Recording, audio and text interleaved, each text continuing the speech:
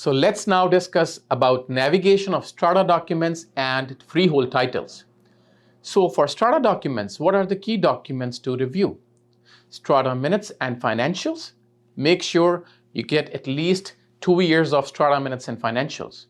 You need engineering reports if there are any. Depreciation report is a must if it's available. It tells you about the age and remaining economic life of all aspects of the building, be it the roof, be the windows, be the balconies, any and all aspect.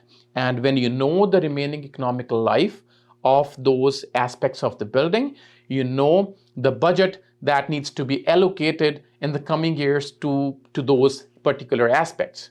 Then you need to look into the bylaws and rules of the strata. So the bylaws and rules are basically going to tell you about any restrictions on pets or renovations. There were rental restrictions back in the day, but government has taken those off. So there are no rental restrictions. But what to look for in the financials? So you got to make sure that if there are any upcoming major repairs or special assessments coming up, is there enough reserve fund adequacy? You got to make sure there is enough funds in your contingency reserve funds for any emergency. There is an example. I helped one of my clients buy a condo. That was an older building, but there was a conversation in the minutes about replacement of the roof. So me and my clients decided that we want some funds to be held by our lawyer. Same thing happened. 3 months upon possession, he got a bill of $16,000 for the roof replacement. Had we not had enough funds held in the lawyer's trust account, my client would have been invoiced for $16,000 out of his own pocket.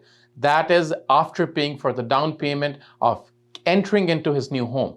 That's a lot of money. For freehold considerations and reading the title, you got to understand what are easements, what are the right-of-ways, what are the encumbrances. There could be financial encumbrances. Those are from the bank, the mortgages, the private loans. For example, a buyer finds their driveway shared with a neighbor due to an easement, but when he bought, he wasn't disclosed about that. So the resale of his property is going to be impacted by this easement. Another example is there is a natural gas pipeline easements on a lot of properties where the pipeline has not yet come, but the easement is already registered on the title. So technically, once the house is torn down, you cannot even build a similar sized home on that property because of the location of that easement. So you got to make sure you understand the title, you understand the impact it has on the property, on the lot, and the future development potential of that property. Title is really important. So you got to make sure you talk to a lawyer, you talk to a professional realtor and understand the title.